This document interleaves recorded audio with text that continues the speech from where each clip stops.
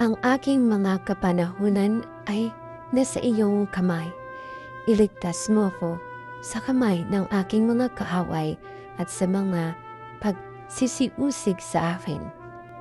Mga awit, Kapitulo 31, versikulo 15. Sa gitna ng mga pagsubok, pananampalataya ng mga awit na nanatiling hindi natitinag. Kahit sa mahirap na panahon, hindi kailanman nakakalimutan ang tungkol sa ang presensya ng Diyos at ang mga pagpapalang dala nito.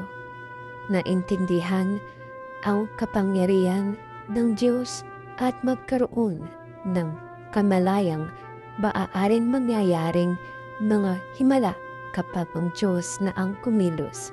Sa mga mahihirap na panahong ito, ang ating pananampalataya ang siyang pinagmumulan ng liwanag. Ama naming nasa langit, mapagkumbabang hinihiling namin ang iyong presensya sa aming buhay. Nawa, ang iyong palagiang presensya ay manambik at aming maramdaman ito ng mas malalim. Hinihiling namin ang iyong biyayang matama, ang iyong presensya at tanggapin ang iyong pagliligtas. Ito lamang ang aming dalangin sa matamis na pangalan ni Jesus. Amen.